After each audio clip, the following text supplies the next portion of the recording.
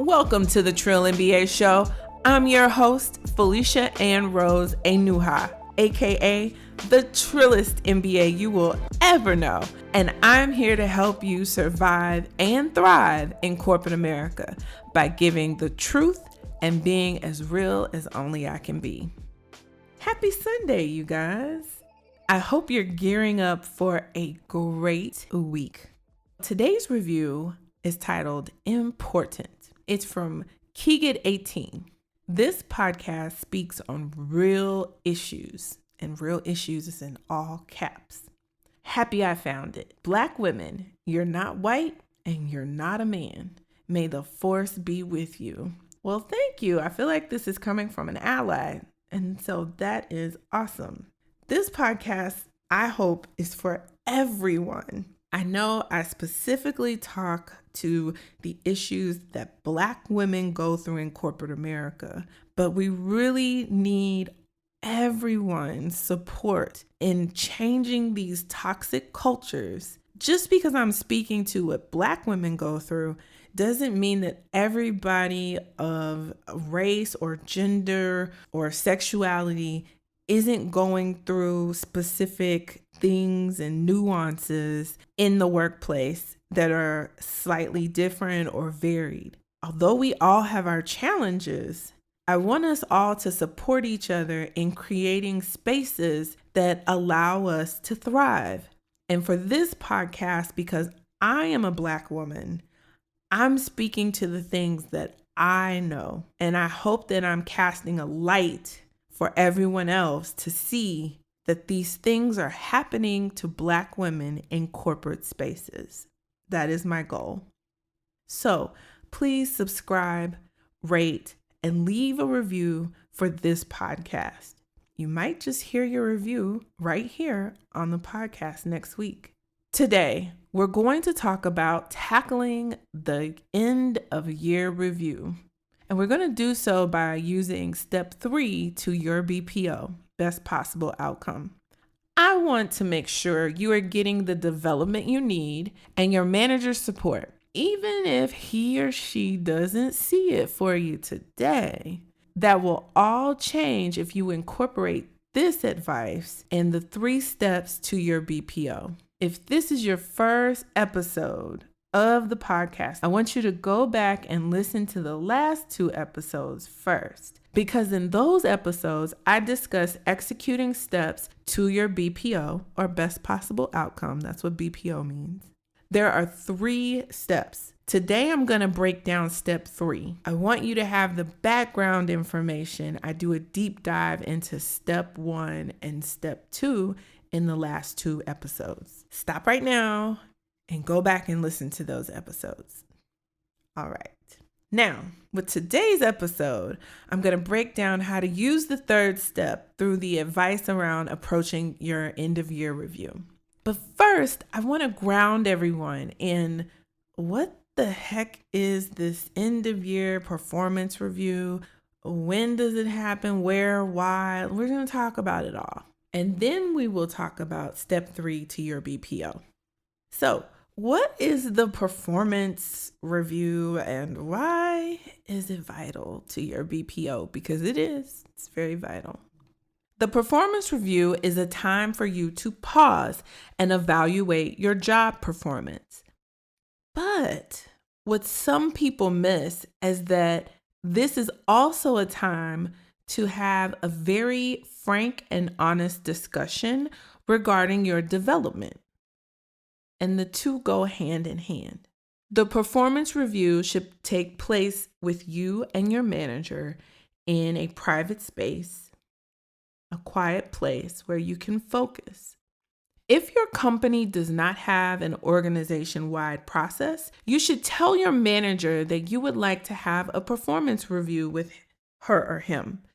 And I will have some sources on my website that can help you and your manager guide the discussion. Why is the performance review so important?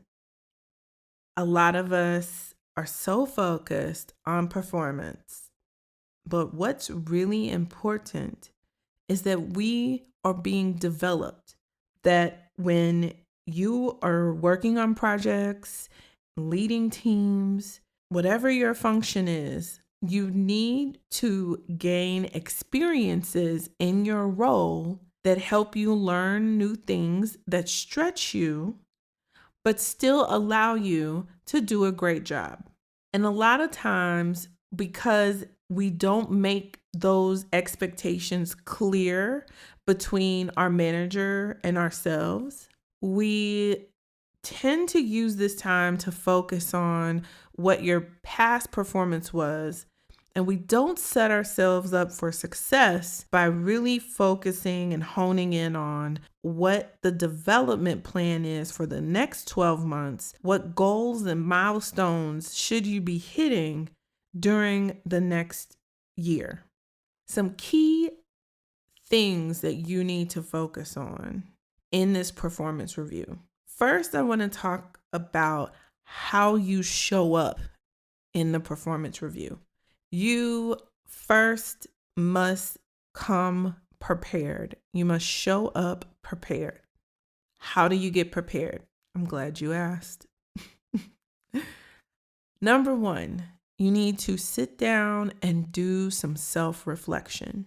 You need to get your job description out. You need to get the document from when you set your goals for the year. If you had a mid-year evaluation, pull that out. And you need to understand from within and be solid about it within yourself. From your vantage point, how are you performing? You need to ask yourself, what all have you done well? What goals and metrics have you hit? Where have you maybe dropped a ball or two? Why did that happen? Did you get increased priorities or did priorities shift? Just really sit with all of your information and then take out a pen and paper and concisely go through each of your objectives for the year and write out your truth. It's your truth. It's what you think, how you think you did, how you performed, honestly. And if you honestly feel like, I could have done better here, and this is how I plan to approach this in the future, write that out too. But be honest with yourself. You have to be honest with yourself. That's step one. Then I want you, after you kind of do your own mini performance review for yourself, I want you to think about your short-term goals with the organization. Where are you trying to go next? What next role would you like to have and why? And it just needs to make sense to you, right? I don't want you to think in the context of, oh, if I tell my boss this, he's not going to get it, blah, blah, blah. Remember, all of this preparation is for you, so that you're knowledgeable in this meeting and you most likely won't feel blindsided by any of the feedback that you're about to get from the end of year review. If your company doesn't have that process where your boss is going to put time on the calendar ahead of time, you'll know when your review is scheduled. It's on you to make sure that you meet with your boss and take the time and go through what your thoughts are around your performance for the year, where you see yourself in the future, and what skills you need to work on in your current role to get you to the new role. And how you look at that is you look at the new role, you look at the job description and the qualifications and what it says is necessary and needed, and then what says, is a plus or a benefit. And you look at, have I had these experiences in my current role, and which ones have I had and which ones haven't I had? And then you want to say, okay, how do I get the experience I have not had in my current role? And that's the discussion you want to be informed on when you go and talk with your boss. Some key things you really must understand. You own your development. So you must be proactive on this. You cannot expect your boss or the organization to create your succession plan. This on you, boo. Like, I know it sucks, but you have to realize that you are the master of your own ship. And if you are not getting the support that you need, maybe it's time for you to start evaluating other options. And I know some people are like, oh, leave, quit my job. I'm just saying, cast your net, go interview for a new job and see what happens. You never know. You might be surprised. The other thing that's key is your relationship with your boss, because your manager is your frontline advocate. So when you come prepared for this meeting, trust and believe your manager is going to be so happy and relieved in a way, because nobody likes to really give people critical feedback. I know I don't. And you have to be pretty sadistic in some way to enjoy telling people how much they suck in one way or the other, because it's actually what you're doing. You're actually saying, hey, right in here in this area right here, yeah, you suck at this right now, and I need you to do better. And although you may not say it that way, that's how it feels. But let's talk about how you show up at this meeting. Because one thing that you cannot do is you cannot come off defensive. You have to take this feedback that you're getting, whether you like it or not, and you have to be positive about it. Okay, you guys know I love some articles. That has not changed. I love me some articles. I found an article on the Muse. It's titled 3 Things You'll Want to Blurt Out When You Get Bad Feedback, But Shouldn't. And I absolutely love this post because not only does it tell you what not to say, it tells you what to say instead, which is totally awesome. I'm going to quickly go through this and I'll leave a link in the source section of the post on the website. The first thing you should not say to feedback is, I'm sorry, it won't happen again, I swear. And I know it's a mechanism and, because you hate you messed up and you're trying to put your manager at ease, but that's not what you should say. What you should say instead is, you're totally right. I see how that could be improved and will make a note for the future. But if you notice it again, please let me know. That's what you should say instead. See how that's very positive language? That is what you want to have. That is key. And that's step 1 in your BPO. Remember, go into that meeting with positivity, positive energy. You're going to go into that meeting with happiness because you're about to get probably some truths that maybe you're not able to get during the busy times of the year where no one's focused on their development or their performance. They're just trying to get all the work done. The second thing that you should not say is, wait, what? I didn't realize that was the wrong thing to do. What are you talking about? How is that wrong? Do not do that. What to say instead. Now, it's okay not to wait around for someone to give you permission. You really should just ask for forgiveness and be proactive. However, when your boss is like, hey, this wasn't quite right, you should say instead, I see what you're saying. I'll definitely keep that in mind for the next attempt. Now, even if you don't see what they're saying, again, positivity. I see what you're saying.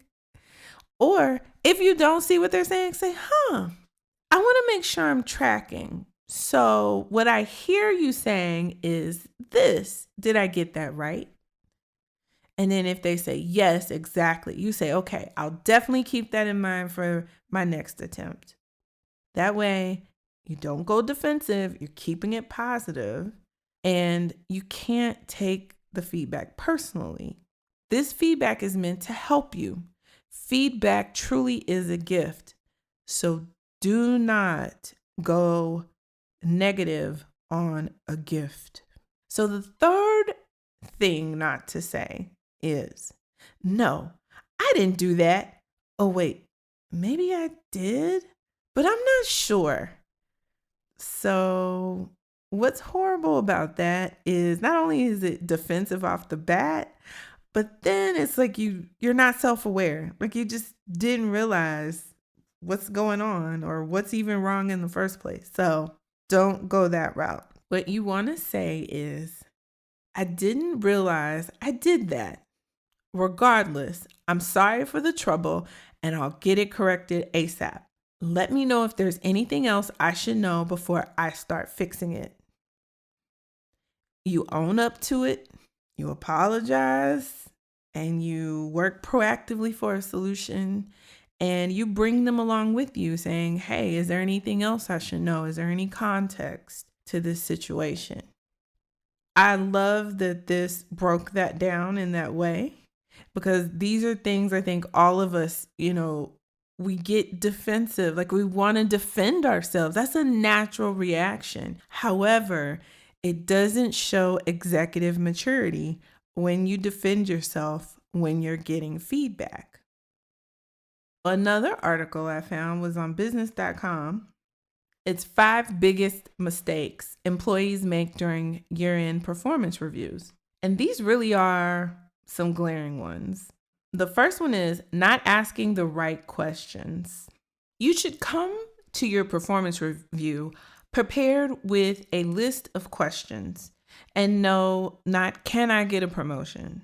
Instead, they should be asking specific questions like, what am I lacking? What is your perception of me? Or here's what I view as my strengths and weaknesses. Do you agree or disagree? Here's how I think I can improve. Do you have any other suggestions? Other questions could be, how do you feel I'm collaborating with my coworkers? Do you feel I'm adding value in an impactful way? What do you feel has been something I excelled in? What was something I struggled with or failed at?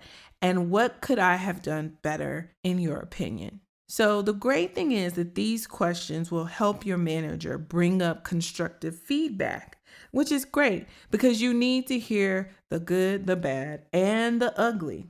And again, do not get defensive. Number 2 is not preparing goals correctly. Now, this one is key.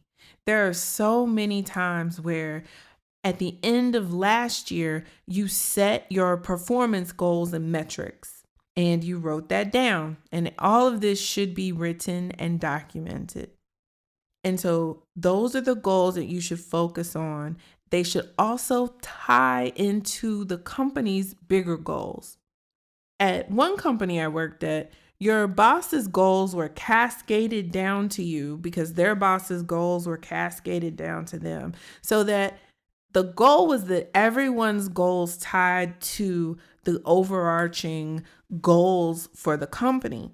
But when you're in middle management or lower, you need to make sure that your goals are working to help achieve the company's goals and that they're all aligned.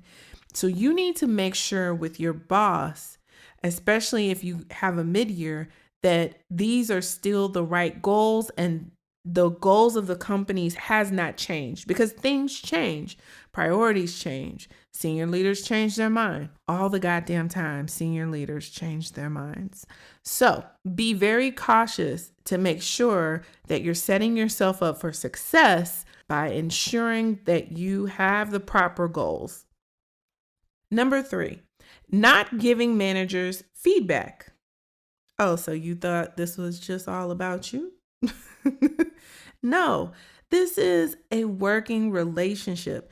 This should be one-on-one time with your manager. And this is a time where you need to talk with them. You need to be honest with them. Now, the advice in this article says if the employee isn't happy, they should say so. I don't necessarily agree with that. I do agree that reviews should be a two-way conversation and that you should not be afraid to give feedback. However, don't just bring up the topic, bring solutions too. And that one's key when you're communicating feedback to your manager that could help them grow. Please always be open and honest. And I know you're like, are you serious? Are you seriously telling me to go in there and be open and honest? I'm like, yes, if you are following the 3 BPO steps, you can be open and honest because you're going to be open and honest in a positive way with great energy and light. And then you will come with courage. And that is step number 3 to your BPO. It's courage. You cannot do this thing while operating in fear. But I'll expand on that more in a little bit. The 4th biggest mistake employees make during their performance reviews at the end of year is not role playing beforehand. And this is all about preparation. You have to practice and be prepared because you never know what they're going to say to you. And I think that's part of the anxiety of this whole process. I mean, you think you have an idea, you hope you're in the right ballpark, but the truth of the matter is you don't know. So prepare. Imagine the worst. Imagine the best. Bring up all the topics you think might happen and role play with a peer you trust, a friend that's outside of the organization but understands the process of this end of year, and practice responses from all angles. That way you can come in, put everything on the table, be open and honest, and have a constructive and meaningful conversation. The 5th and worst mistake, in my opinion, even worse than not preparing, is not following up. After the review, you should send your manager an email recapping the conversation and any next steps discussed. What this does is this documents for you the meeting, and then you understand all the things you need to address, all the things you're going to have to do, and how you plan to grow and develop in the future for the next year. Now, the other thing this helps with is if you miss something, your manager can respond to the email and say, oh, hey, there was one thing though we also talked about and it was this. And a lot of times that actually is probably a signal to what your manager's priority is. If you're not clear, ask. And make sure you ask the question around, what are my priorities, in your opinion, for the next year? And what are the company's priorities for the next year? Those are also some really good questions to ask. If you are a high potential employee and you know if this company sees you in this way, you'll know it. If you are a high potential employee, what you also need to focus on is your coins. Once you have your performance review and you see that everything is positive, everything's great, critical feedback is at a minimum, if none, and critical feedback is couched in, well, you're doing great. So now I think there's some stretch opportunities. So if that's the critical feedback, then you know you're in there like swimwear. What you should do at the end of the conversation is say, hey, what do we think about increasing compensation? I've clearly done well here. I really could use an increase. What would that look like? How does that conversation go? Would this be something you're aligned to? And have the conversation. And this is a great time to have the conversation if you're a high potential employee, because They clearly don't want to lose you. So go for it. A closed mouth don't get fed.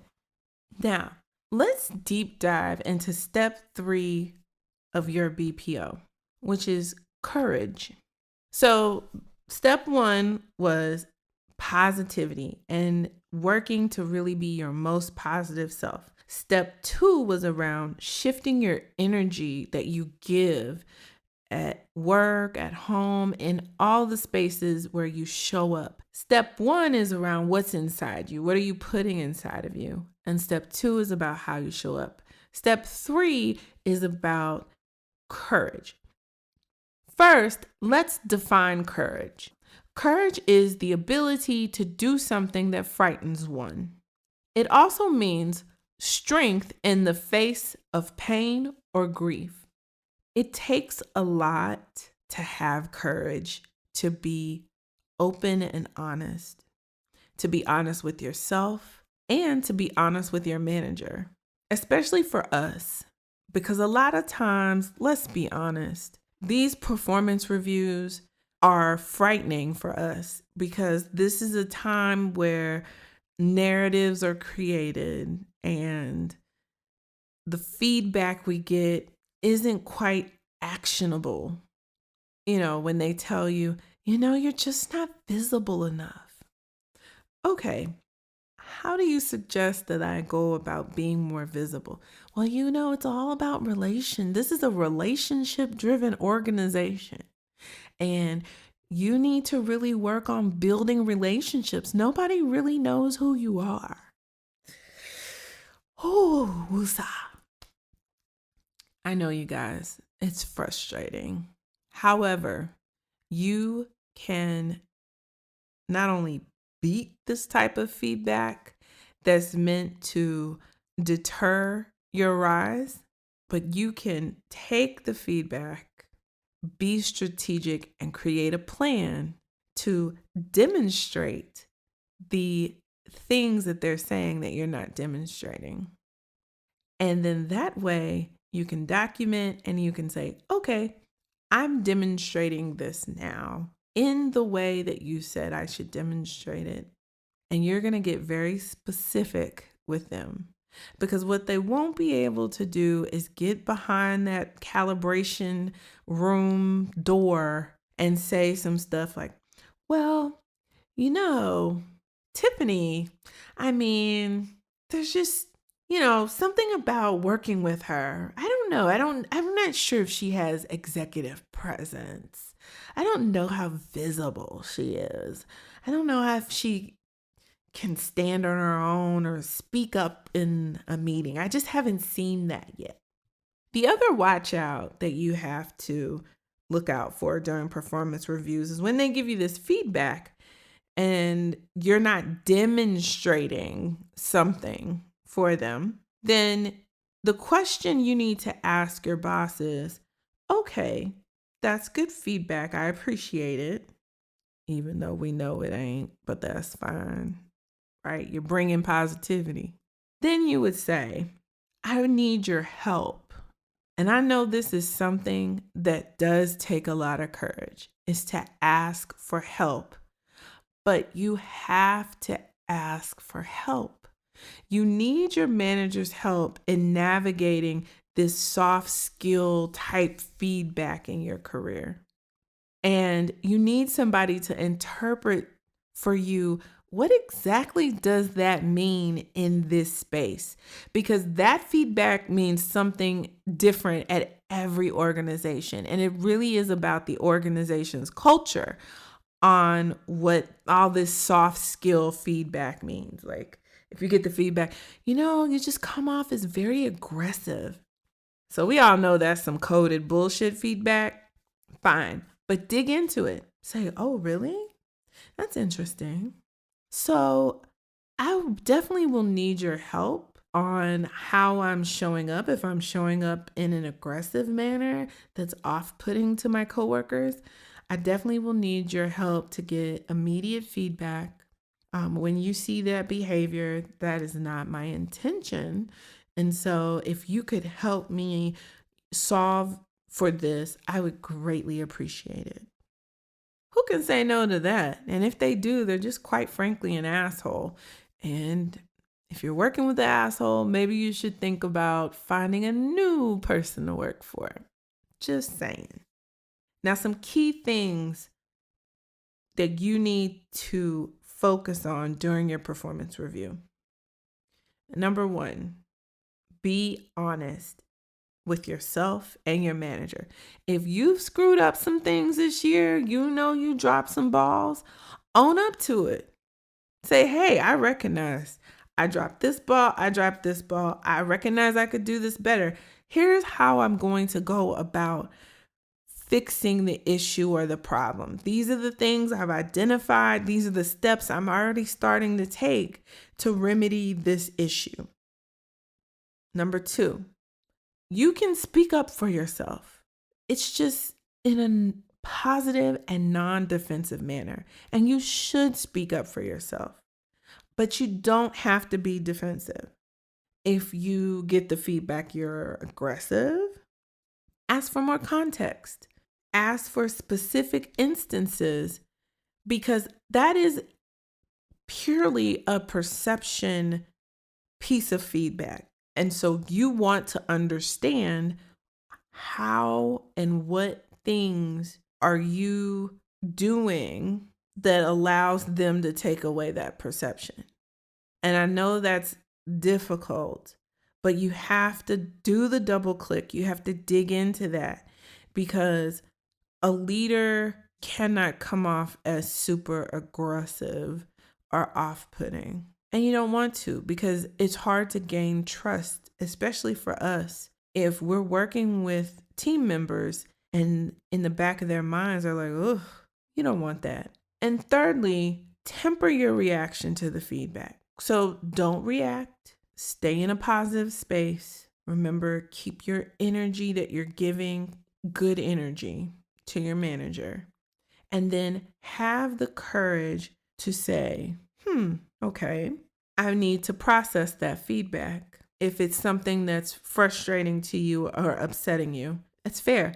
I need to take a moment to process that feedback. We may need to schedule a follow-up meeting so that I can understand and figure out how I'm going to address that feedback. And then your manager might say, well, what do you need to process? And, your response is, well, I think I need to sit back and self-reflect. Comes off very mature. And you want to come off with executive maturity in this meeting. Some advice that I was reading in another article was that you want to treat the review as if it's an interview. So the things that you did for your job interview, like thinking on your feet, being super respectful, brimming with ideas, being very uber positive. So the same thing that you did to get the job is the same thing you need to do to keep the job. So remember that and think of it as going into a job interview. And how would you show up being positive and receptive and, being happy? Show up as that person. Remember, you guys, this is like dating. It's so much like dating. Just to recap a little bit, there are 3 steps to your best possible outcome, or BPO. Step number 1 is positivity. That comes from within. Step number 2 is shifting energy. And what that means is you are going to take the positivity inside you and share it with those around you and in your environment. And step number 3 is courage, which actually really is the foundation of not making fear-based decisions. So choosing to not have certain conversations out of fear, choosing to not be completely 100 with your manager in a professional way, not in the trill way, but the professional way, from a positive place, not, saying things that you need to say, whether it's the popular thing to say or not, figuring out how to say it in a positive way, but being super honest and super truthful. If we do these things as Black women, we will succeed in corporate America. We will be undeniable. We will be unstoppable. We will win and we will thrive. And then we will come back and we will bring our other sisters up behind us. If you have any questions or you need help or advice, go to my website, trillmba.com, and schedule a 30-minute free career consultation call with me. I'm happy to help. That's what I'm here for. I'm here to see all of us succeed. You can also email me at ask@trillmba.com. I'm happy to either answer your question or connect you to the right person if I don't have the answer. So again, that email is ask@trillmba.com. And until next time, keep it trill, y'all. The Trill MBA Show is a Fair World Corp LLC production, executive produced by Felicia and Rose Enuha. Music is Kick Push by Ryan Little. Keep it trill every day, y'all.